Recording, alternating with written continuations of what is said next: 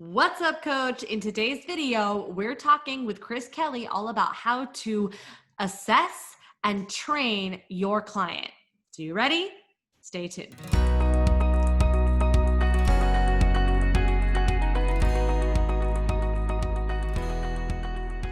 What's up, coach? I'm Beverly Simpson, the owner of B Simpson Fitness and the founder of the PT Profit Formula and PT Profit Podcast. And in today's video, I'm sitting down with a good friend, Chris Kelly, the owner of Fitness Rehab. And we are going deep on how you can assess your client and train them based on their movement and help them go from rehab to performance. This is an episode of the podcast that you want to bookmark and come back. Why? Because Chris gave us so many different nuggets of information that you can implement, and chances are you're going to miss some of the things that we talked about. So be sure to bookmark it and go back and review it because it's such a good episode. So without further ado, let's roll that video. Hey, Chris, thanks so much for coming on the show. How are you today? I'm doing great, Bev. It's a pleasure to be on here. It's so good to, get to, I've been listening to your podcast and it's so good to actually be on the other end. Thank you so much for having me.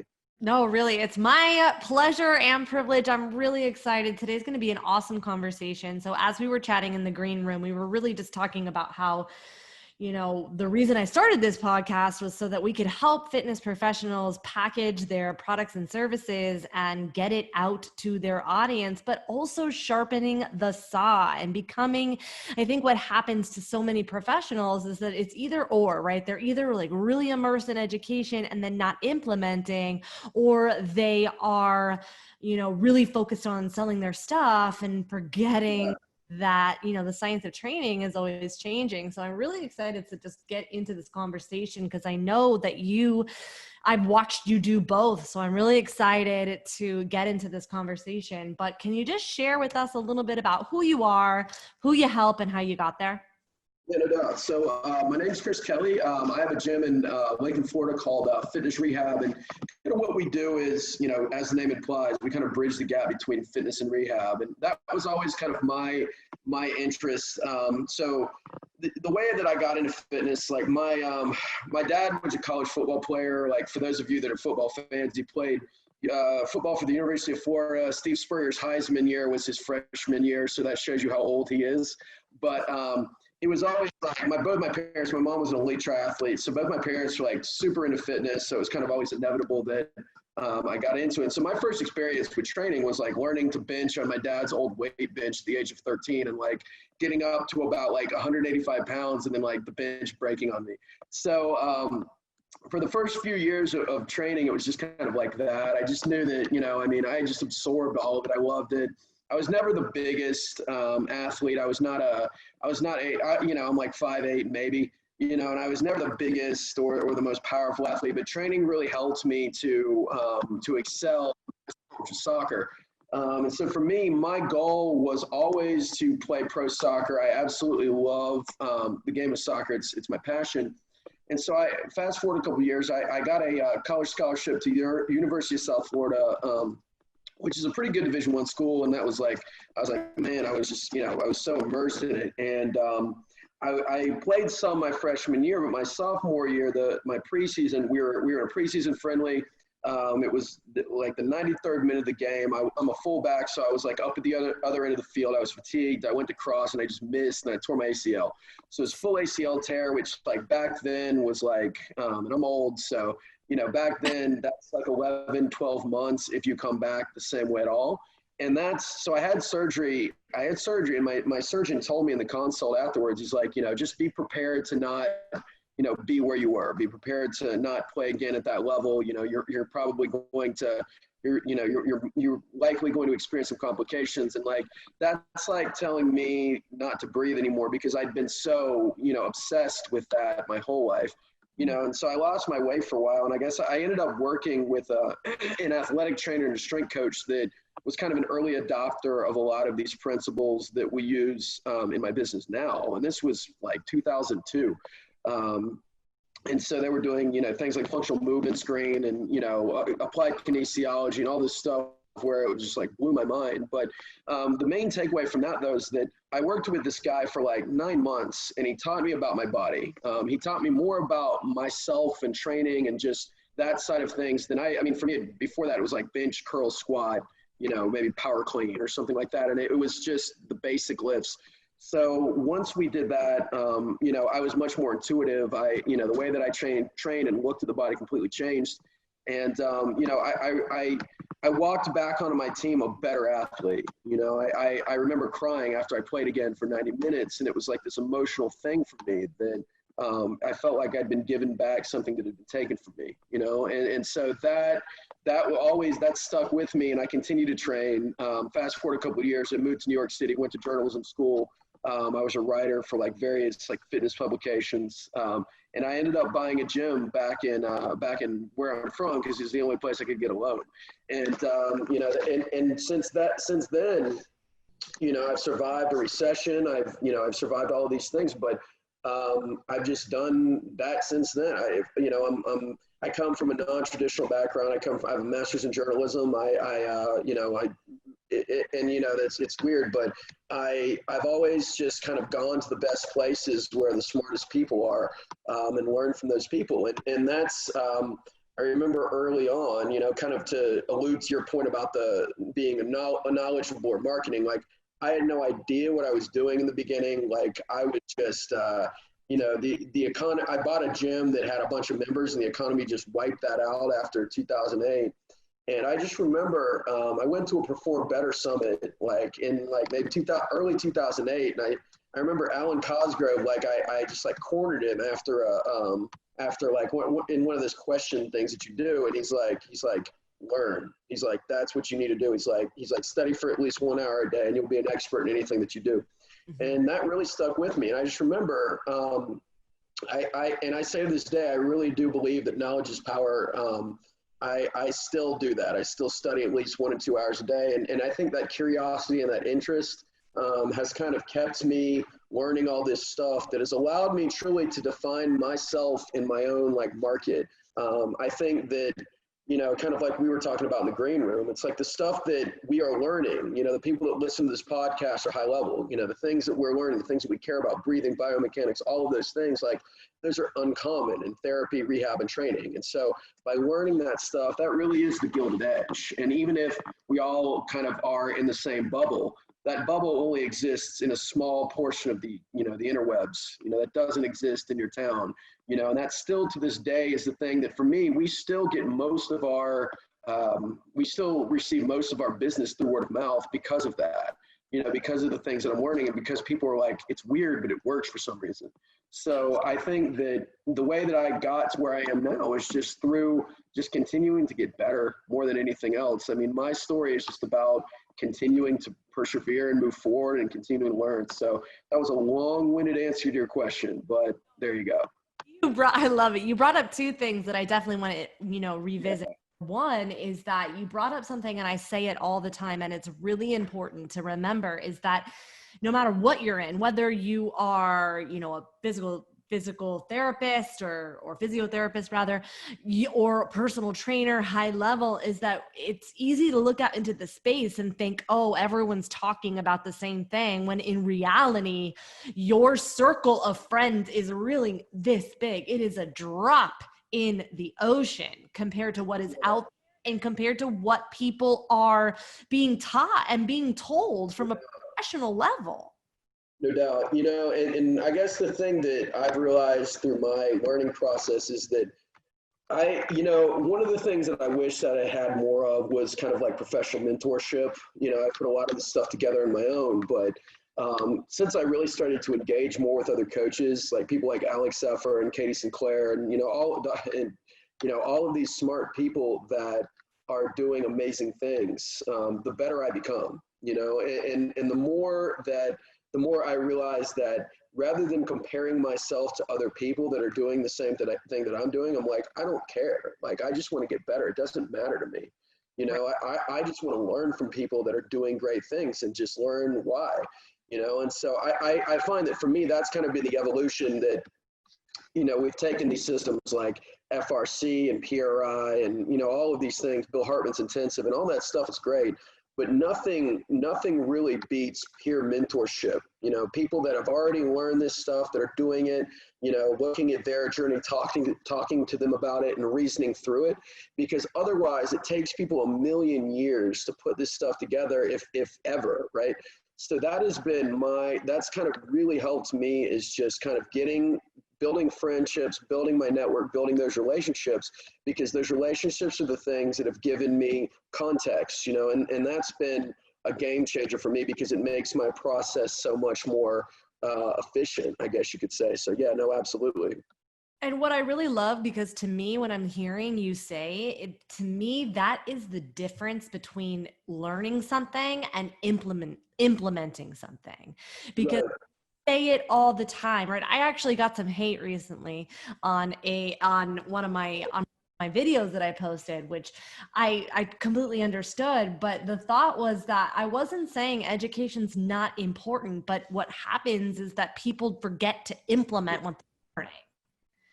And Yeah. I think part of that will come because part of learning is the implementing and then talking it with your peers and talking it through and mentors to figure out what happens. Yeah. You Time need context. have we tried something that the book said and then it doesn't work? Yeah, and it's funny because I feel like some of the things that I've learned over the past, I'd say for the past probably decade, like I've gone hard. I've learned, and I took NKT, and then I took FRC, and then I took like all of the PRI stuff. I took everything. And the biggest thing is, it's like I go back now, and it's like I feel like early on when people are learning things, they just take in as much information as they can. It's like you're just devouring information. And that's unfortunate, because the problem is that you remember 5% of it, if that, if really, and it's kind of like you remember it, and it's like, in order to really use something, you have to play with it, you have to experiment with it, and you have to kind of put it into what you're doing. And so it's almost like you need a framework before you do that, and so for me, that's why it took me so long to, yeah, I learned all this stuff, but in a lot of ways it just confuses you, and what I find that with myself now is like, I'm going back to a lot of the things that I learned like 3 or 4 years ago. And I'm looking at them with a new context, because I have more of an established framework of the way that I operate. Like for me, I have, one of the really cool things that Kyle Dobbs talks a lot about is just creating, creating principles, and having what your principles are, looking at everything within the context of principles, and if I could give a trainer any advice, or really any therapist or anybody, it's just create your principles based upon what you learn. If you could create one bullet point based upon, like, for example, proximal before distal, right? You learn PRI, that's what it's all about. Influence the position of the rib cage and the pelvis, stack things, and if you could just use that lens to look at everything else, then, the way that we put these other pieces together make a lot of sense.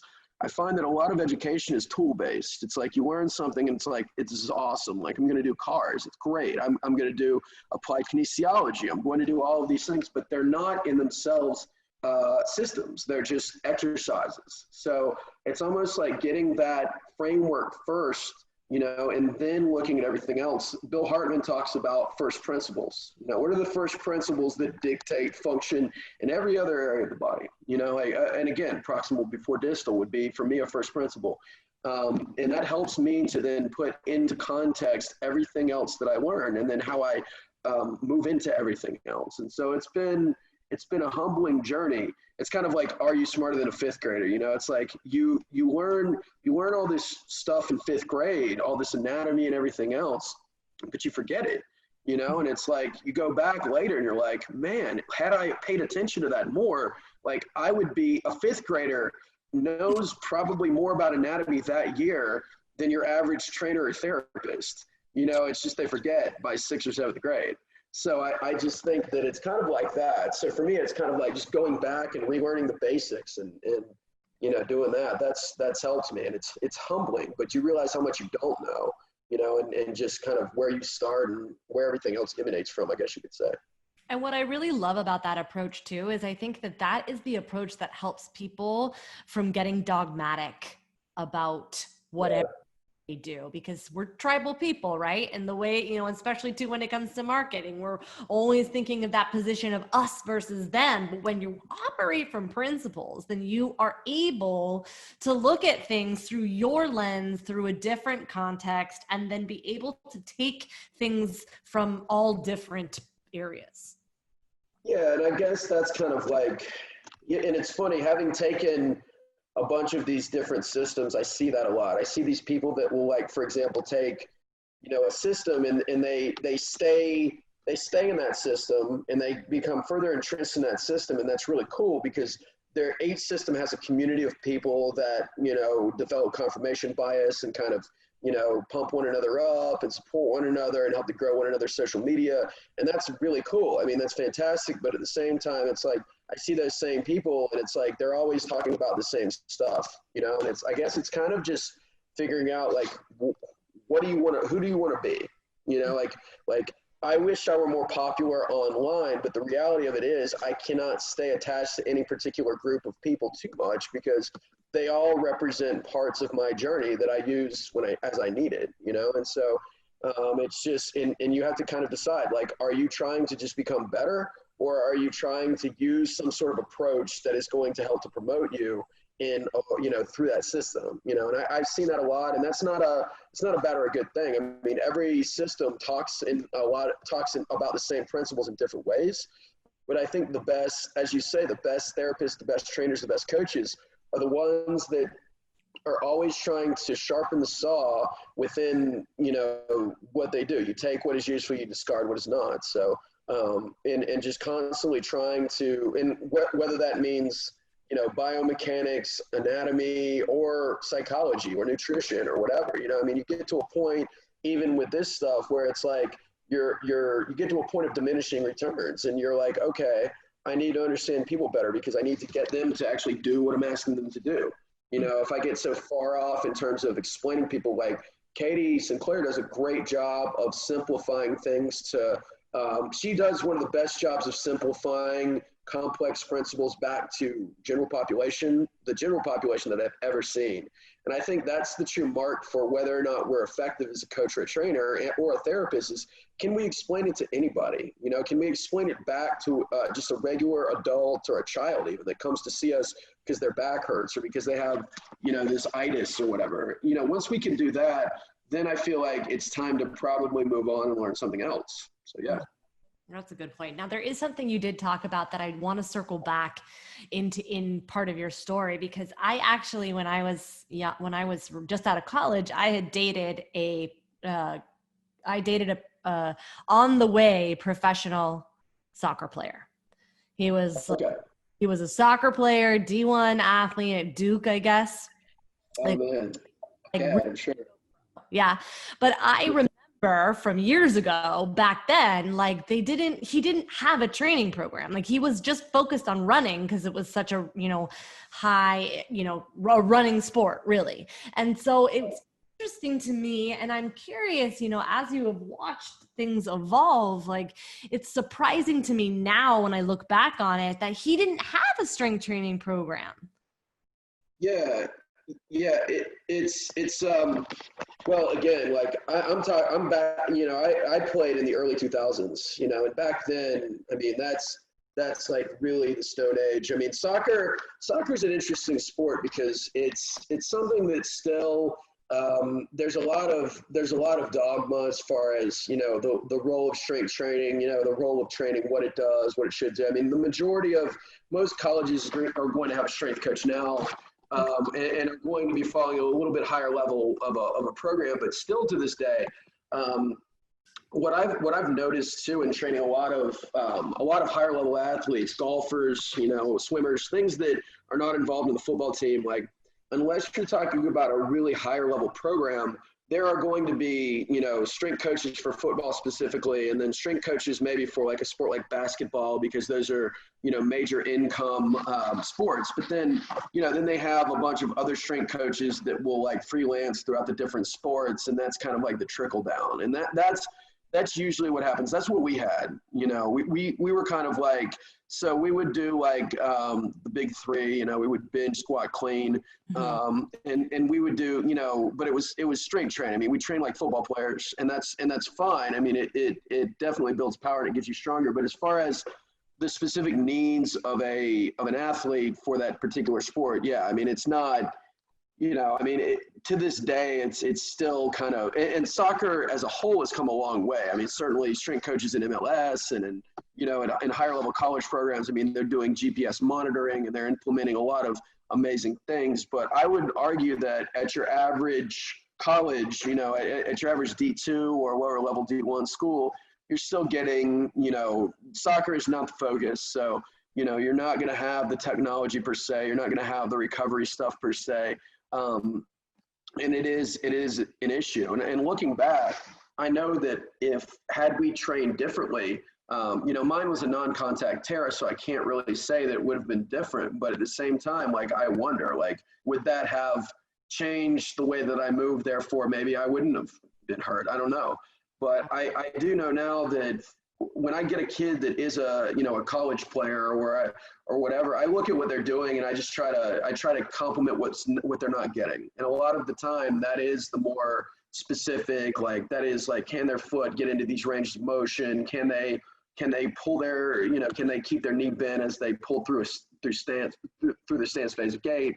You know, little nuances like that'll just complement and in a lot of ways offset what a lot of the stuff in the weight room will do, you know. So and it's interesting, but I would say that your I guess your boyfriend at the time was probably lucky that he didn't get hurt like me. So because it was, yeah, at that time, I mean, it was just kind of like the Wild West, you know. You could squat a lot of weight, but you know, if you're stiff the next day. I remember one time before a game, we went out and I was curling. I was like curling the night before, like in the gym with a bunch of the guys, and like I curled so much weight with a bar. I was arching my back so badly that like I couldn't play the next day. Like my back hurt so bad, you know. And that was something that our strength coach had us do.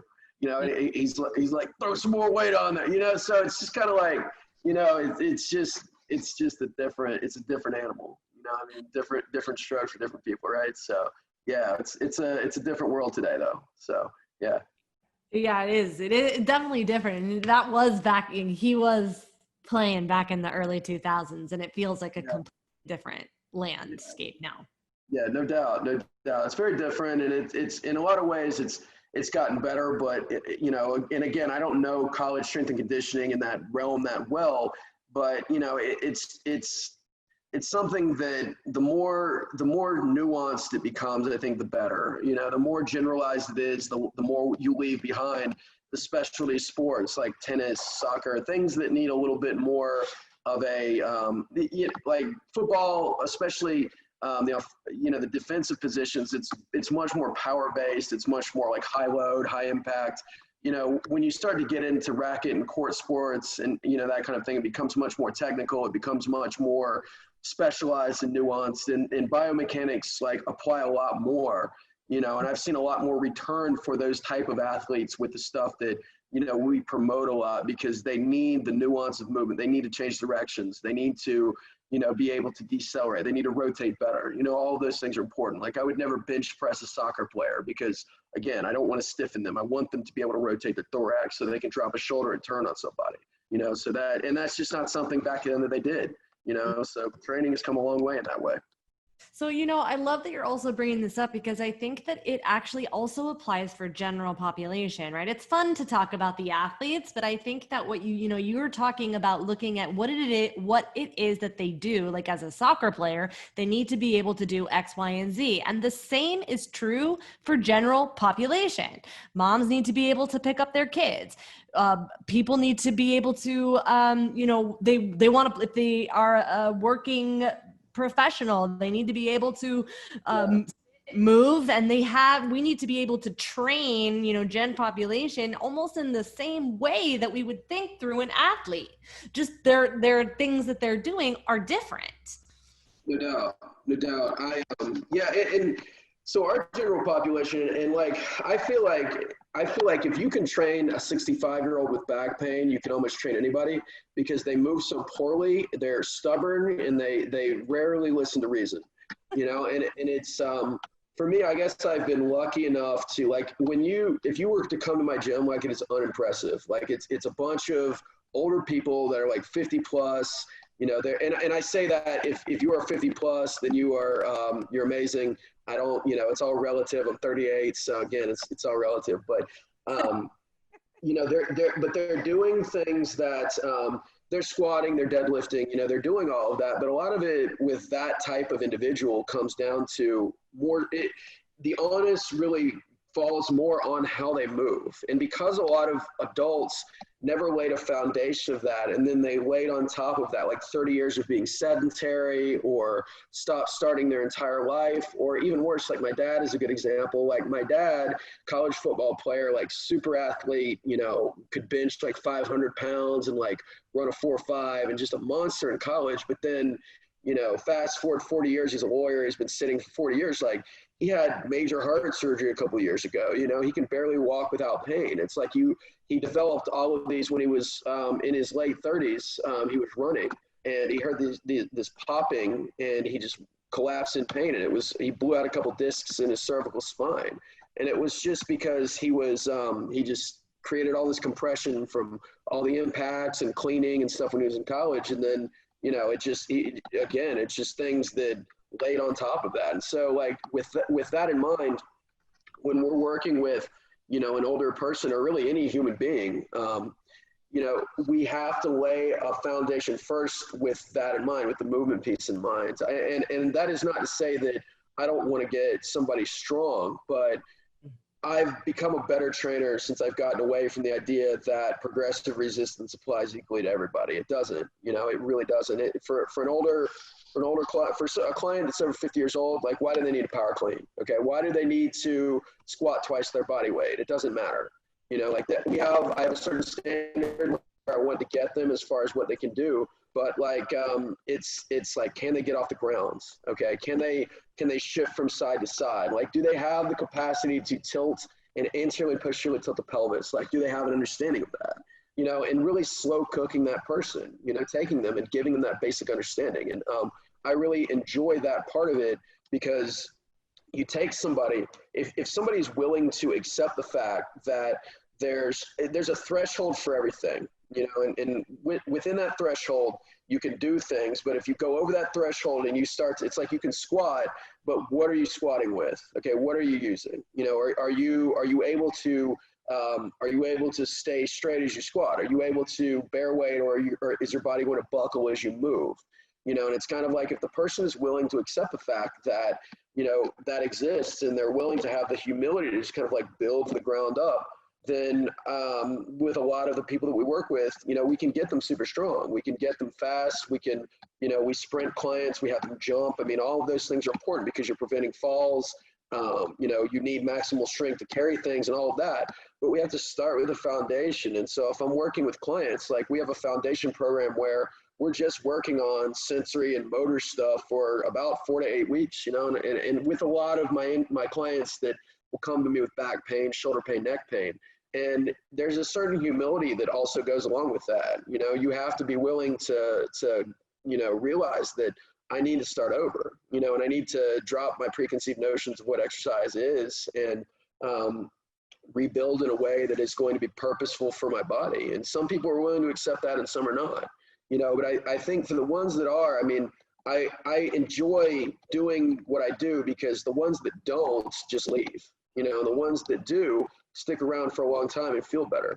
So I think that the biggest thing is just slow cooking people. Just like they say, just like when you talk about working with young athletes, you want to slow cook them. It's the same thing with older athletes. I want to slow cook them.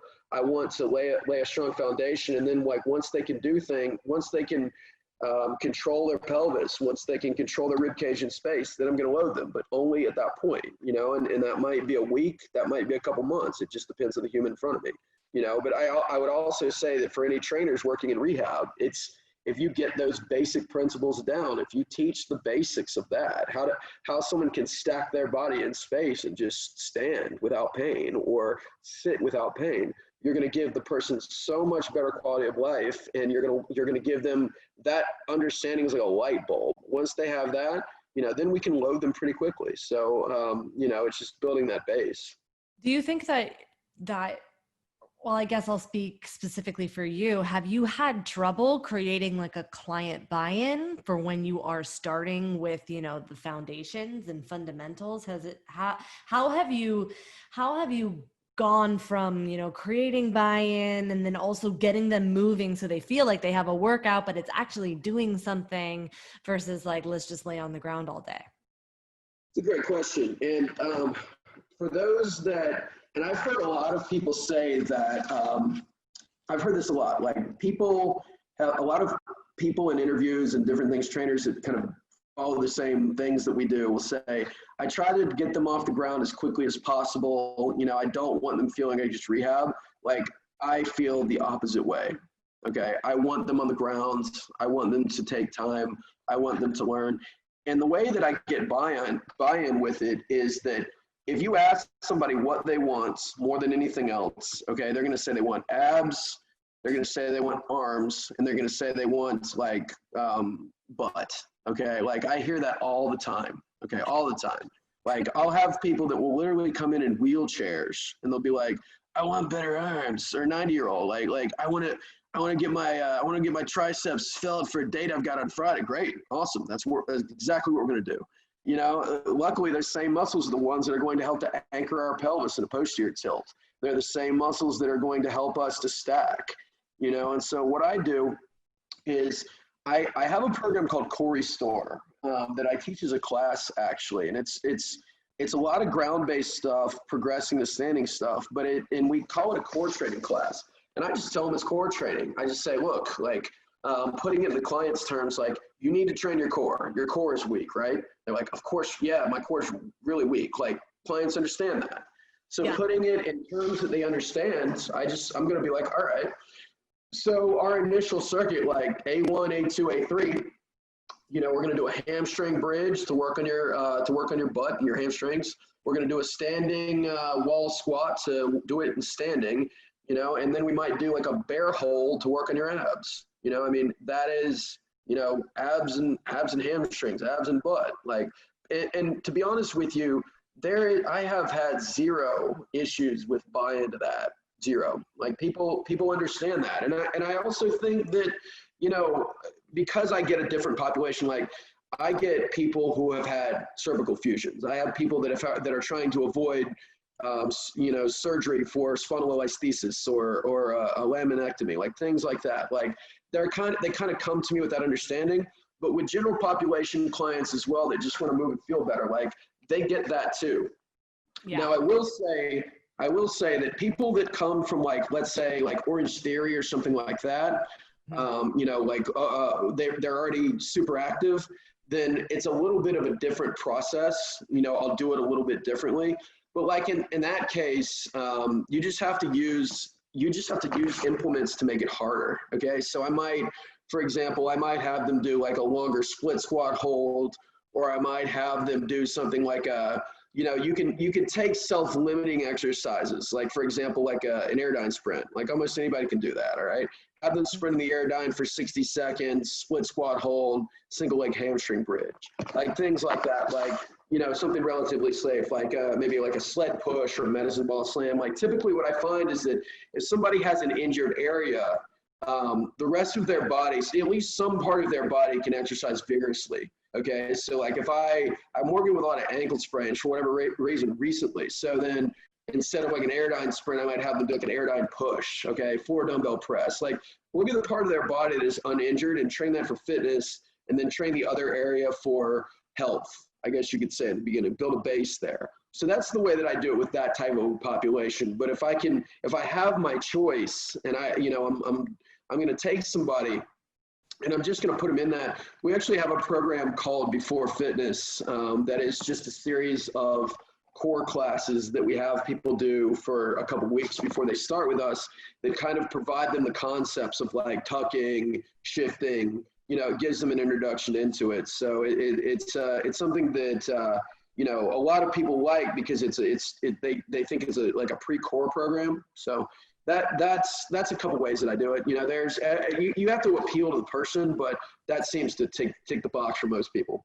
Yes, you said so many important things. Number one, you know, just use the language that they use. Meet them where they're at. And it's exactly what I teach. Like, meet them where they're at. The second thing you said that I think is also important is that just because it's simple or looks simple doesn't mean that it's easy. When you're challenging a body in a way that they haven't been moving at before, it's going to be hard for them. No doubt, no doubt. It's just having I think as a trainer too, you know, what I see on Instagram a lot is all of these in our circle, right? We're publishing all of these exercises that are like super advanced, but they're for us. You know, they're like stuff that we try and stuff that we put in our own programming. And really the reality is that we market to one another. Like, we don't really market to the general population. It doesn't seem like we market our own, like, you know, in our local markets and stuff. But for me personally, like, my goal is to not do that. I think that we have such a huge role to play in healthcare, but in order to do that, like, we have to take it back to the people and simplify it to the degree that, and so in a lot of cases, like, a lot of these complex exercises that we see will never be utilized because we can't do it. You know, like, it's not like it's like the 80-20 principle, right? Learn the low hanging fruit, like, learn to teach them these basic principles, learn to teach them to tuck a pelvis, learn to teach them to reach and retract the rib cage, like, learn to teach them to laterally shift to one side versus the other, like, move from side to side. If you can do that, you know, through basic exercises, then why do we need anything more than that? You know, it's just, how far do we take it? And with a general population client that's 60, like, they don't care. They just want to feel better. Like, they don't really care what you do. That's the other part that I didn't mention before. Like, if somebody trusts you and they just want to, they're there for you. They're there to talk to you. They're there to converse with you. They feel comfortable in your environment. Yes. So create a really solid program and then build your environments around that program. Like, if you look at the stuff that we do with clients, it's very, very simple. You know, I mean, I make up more complex things for some classes that I teach, but, like, you know, it's just for that. I mean, there's no other reason. So I think that we could all do better with just simplifying things a little bit more, just realizing that, you know, learning the basics and then applying the basics has such great value, you know, and it makes you better. Once I learn that and I drop my ego and I stop trying to implement some things that, you know, some places that people would never get to, I've been way more successful. That's really, really powerful. Reiterating the basics is really powerful. Now, you talked about some very key performance-based exercises and metrics that you measure. I'm curious how you assess movement, at least when you are first seeing a client. Yeah, it's a great question. So part of it, and again, it depends on the client. You know, I mean, it's like, if they come in with pain, then I'm going to do a lot more stuff on a table than if it's just the general population client. But for me, it's obviously it's proximal before distal. So I want to look at rib cage position. I want to look at pelvic position. I want to see, can they shift from side to side? You know, can they get into their heels? Can they get into their toes? Can they, you know, where do they early extend and gate? All those things. So can a person touch their toes? Okay, that's one thing that I look at. Can they squat below 90 degrees? Okay, that's a big one for me. Can they put their hand behind their back and touch their opposite shoulder?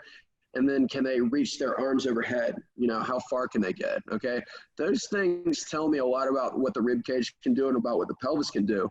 And that's how I start to train them. Okay, kind of based upon that. Like, if they can't, for example, if I have them, if they squat and immediately they dump into anterior tilt, I know that they're gonna, you know, they're already biased towards that position.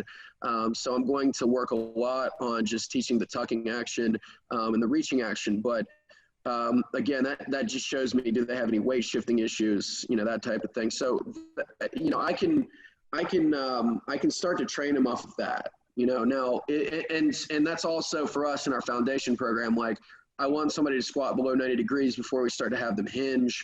I want somebody to be able to touch their toes before we start to substantially, load the posterior chain. It's like stuff like that.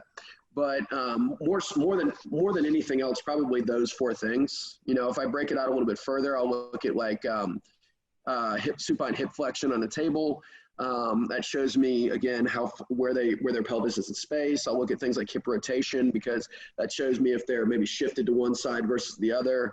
And I'll look at things like humeral internal and external rotation because that'll tell me, can they feel a chest wall? Can they feel an upper dorsal rostral thorax, things like that. That's amazing. And yeah, there you go. Tell you that you're the first person I've ever heard tell me that you want them to squat before you want them to hinge. Really? Yes. I usually have been taught that we want to, let me rephrase. I am a wide, so I am biased to hinging. Yeah. Yeah. I always have taught hinging first. Well, yeah, I mean, traditionally when I was, I kind of like looked at them as either or, originally, as I've gone along. But I guess what I found, and that was something that I heard from Zach Couples like a long time ago. But for me, it's like if you think that as a wide, if you're going to start out in a anteriorly shifted kind of a nutated sacrum position and you're already biased there and you start to squat and you can't even get down to 90 degrees between 90 and 120, then it doesn't make any sense to do that because you're just going to dump forward, right? So for me, that's a really good mark is if I can get somebody to about 120 degrees of flexion, then I know their pelvis probably can both tilt anteriorly and posteriorly pretty well, and then I can start to train them. Now, what I will say is that with that person, and I've heard with narrows, it's like I start narrows with squatting as well, but what the difference is that I'm going to start them with squatting at about 90 degrees. I love box squats for narrows, like box squats with internal rotation. So box squats like maybe a wide stance box squat with a band around the knees or something because that's going to internally rotate the pelvis, or if I'm or like maybe a block between the knees, but I don't like that as much because it's awkward. But teaching them a little bit more of teaching them to propel a little bit better. Even for them, I find that with a lot of narrows, it's like, yes, they can get into a hinge, but they can't control a hinge. Mm-hmm. So a box squat is really solid progression to start with that. So yeah, and that's a big one too, because that's kind of like one of our primary lower body things. We're going to move to, with a lot of my adults, what we end up doing is like, we'll move to single leg progressions after they get to maybe, like we'll get them up to like maybe a 50-pound dumbbell or something like that in a goblet squat. But after that, I'm going to start doing, like single leg squatting and split squatting are two kind of pillars in our program. So for our anterior loading progressions, like we're going to use those a lot more. And then for hinging, again, kind of similar, like I use like a high handle trap bar deadlift a lot for my adults as a primary. And I'll also use but again, we don't really RDL much. We don't really deadlift from the floor just because of the population that I'm dealing with, but definitely squatting before hinging though, for sure. Yeah. Okay. So this has been really amazing and I want to be mindful of your time. So I'm going to leave you with this last question before we can send people your way is what would you say to a new trainer, or not even a new trainer, even a seasoned trainer who wants to learn more, who wants to, start building their principles? Where should they go to start learning this stuff? I think that you just have to ask yourself, like, who do you want to be? If before you, and this really applies to anything, it's like before you start to learn things, figure out who is doing what you want to be. Figure that out. Like what is the type, like who do you want to work with? What is the populations you want to work with? Who do you not want to work with? And just sit down and write all of those things out, because once you do that, then you can figure out who is already doing that, like who is already performing those things at a high level. Then you go learn from that person, or you learn from who they learned from. And that's what I did, is I just looked at, one of my early influences was my strength and conditioning coach when I got injured. But for me, I just asked him, I'm like, where did you learn all this stuff? And who would you recommend? And interned under him. So I would recommend, number one, find somebody who's doing what you want to do and see if you can pay them for their time to learn from them, mentor under them, or at least get a list of people that they learn from, and then start there. And all of the rabbit holes that I've gone down have been through things that I've seen other people that I respect do. And once from there, I've learned things, and that's helped me to kind of, figure out who I want to be. But in the beginning, don't reinvent the wheel. Figure out who is doing what you want to do. And then from there, learn their principles, learn their mistakes, and then from there, go after what they learned and branch off from there is what I would say. It's really powerful. This has been a really insightful episode, Chris. Thank you so much. And so tell me, if anyone wants to learn more from you or mentor under you, where should I send them? All right, so I am fitness2_rehab at Instagram, and I'm also the .musical.athlete on Instagram. So I kind of have two sides of my business. The one side is like education for therapists and trainers, certainly, and massage therapists. And, again, it's just how we implement our system. And you can learn more about that on our Instagram. I also work with professional singers, believe it or not. We work with a couple singers from the Met, opera companies, and stuff like that to help them to improve breath management and all of that. And we offer intensives for vocal teachers, and it's pretty interesting. My girlfriend is an opera singer, so it's been an interesting journey. But we also offer stuff on our profile for the musical athletes. So you can find all that information there. And if you just want to talk shop or learn a little bit more, feel free to just drop me a DM or click on the link in my bio. Awesome. I love that. And, we didn't really get to talk a ton about the musical athlete, which, or really at all, but it's been really powerful for those of you who are like, wait, what is that? Go and check that out, because I'm a former singer. I went, that's how I got to New York. And I know that we've talked about this before. And I know that the principles that I have learned as a fitness professional, if I had known that back in the day when I was first learning how to sing, it would have changed the game for me. And so it has been really inspiring and awesome to watch how you have taken what you do and helped singers become better singers and made their fitness about their profession, which has been really awesome. So if you're a personal trainer too, you definitely want to check that out, because like you were saying in this episode, it's easy to write for each other. But when you can take what you're learning and write it for your people, go and look at the musical athlete, because you're going to see how to do that. No, absolutely. And they say the riches are in the niches, I guess you could say. And like for us, it's been interesting, because like with that population, nobody's ever heard of anything that we do, so it's really cool to take it and to apply it to a population that is so mindful about their bodies and so grateful for that information. It's crazy working with singers. It's the opposite of your 65-year-old with back pain. I mean, they're asking me questions about the larynx and the anatomy, and I love that. So it's really cool. And that's another reason why I say, like, figure out who you want to work with and then just go after that population and make it a niche. Like, we have Instagram now. Like, we can go after whoever we want to go after. So it's been really cool, and yeah, I'd love for you guys to check us out. And singers know about the pelvic floor, and they spend a lot of time with their rib cage. They do, and it's funny.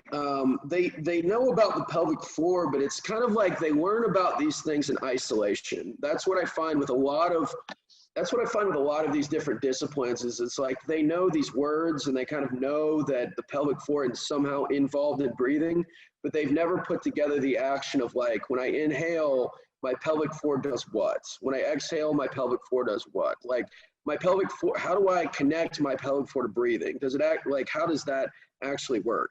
And once you start to explain it to them and cue them with, exercise, they're like, wow, like that kind of connects. So yeah, it's nice to kind of put together the pieces, because then they have these like aha moments that, have been really cool to see. Yeah, it's really cool. All right, Chris, thank you so much for your time. I really appreciate it. For sure, Beth. Thank you so much. It's been a pleasure. Thank you so much for hanging out with me today. If you like this video, go ahead, hit like, hit subscribe, and be sure to share it with your friends. Hit that notification bell so that you could be notified when the next video comes out, and I'll see you on the next episode.